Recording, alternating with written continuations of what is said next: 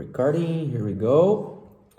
Muito bem, pessoal. Então, no primeiro vídeo, nós conversamos a respeito do Simple Past. Como nós formamos a estrutura do Simple Past, na afirmativa, na negativa e na interrogativa.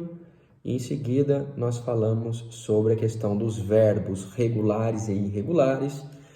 E depois tratamos do uso do Simple Past, que é para falar de uma ação passada já concluída no passado. E aí, pertinente dizer que nós usamos expressões passadas para essas ações, como eu já falei no primeiro vídeo, porque essa ação já foi concluída. Nesse segundo vídeo, nós vamos tratar do Past Continuous, ou também chamado de Past Progressive. Enfim, você não precisa nem saber o nome, você precisa saber usar, tá? E para que serve, como é formado o Past Continuous em relação ao Simple Past? Qual seria a diferença entre os dois? Então, basicamente, o passado simples, ação já concluída. Eu corri muito ontem no treino de futebol. Passado contínuo, eu estava correndo.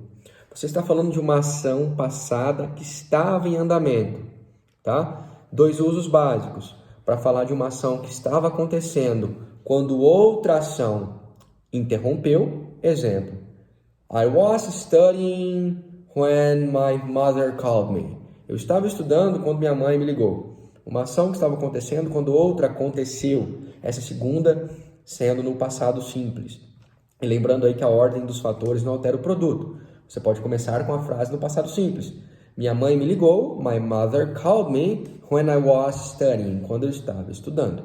Tá? E ainda, para falar de duas ações que estavam acontecendo ao mesmo tempo, ambas as ações no passado, sendo ligadas, nesse caso, por while. Ou seja, I was watching TV while my father was cooking. Eu estava assistindo TV enquanto meu pai estava cozinhando. Tá certo? Mas vamos falar primeiro da estrutura. A estrutura do Simple Past e a estrutura do Past Continuous são diferentes também. Por quê? Repara que no Past Continuous eu vou utilizar o verbo to be no passado. Todo tempo contínuo eu vou ter o to be como auxiliar. E nesse caso eu vou ter o verbo to be no passado. Lembrando, o verbo to be no passado, was, were. Ok? Lembra a pronúncia fechada, were. Então eu tenho, isso é revisão básica, tá? de verbo to be. I was, he, she, it was, we, you e they were. Ok? E aí o meu verbo no gerúndio, que é o verbo no ing. Ando, endo, indo, ondo em português, que no inglês, em contrapartida, eu tenho apenas um, ing. Playing, studying, reading, cooking, etc, etc, etc. E essa será a nossa estrutura. No entanto, passado simples, I ran, o exemplo que eu usei, né, do verbo correr, eu corri. Passado contínuo, I was running, eu estava correndo. Tudo bem? Como nós vamos fazer essa estrutura na afirmativa e na negativa?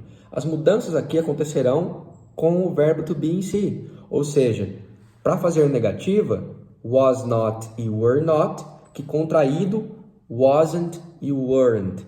E para fazer a interrogativa, eu vou utilizar inversão. Eu vou inverter, eu vou trocar o meu verbo to be com o pronome na frase, com o sujeito. Por exemplo, I was running, interrogativa, was I running, were you running, etc, etc. Certo? Então, a estrutura do passado contínuo, ela é muito básica, tá? Sujeito, verbo to be no passado, que são duas palavrinhas, né? Was e were, dependendo de quem for o sujeito, né? Como já disse, para a terceira pessoa, he, she, it, was. Para as pessoas do plural, were, ok? E para o I, was também. E aí, o verbo no ing, tá? Falando aí de gerúndio.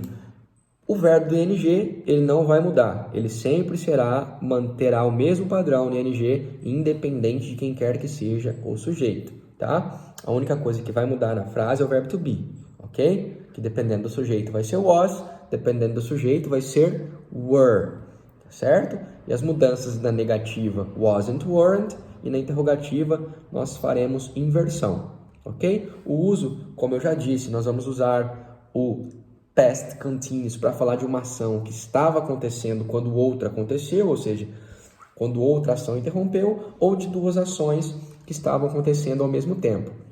Daí eu tenho duas palavrinhas-chave para esses usos. Quando eu estou falando de uma ação que estava acontecendo quando outra ação aconteceu, esse quando, when. E quando eu estou falando de uma ação que estava acontecendo ao mesmo tempo que outra, eu vou usar o while, que quer dizer enquanto. Lembra do exemplo? While I was watching TV, my father was cooking. Ou, como eu já disse, a ordem dos fatores não altera o produto. Eu posso dizer I was cooking while my father was watching TV. Agora eu inverti as funções, né? Então, esse é o básico de past continuous. Ok, pessoal? Muito bem.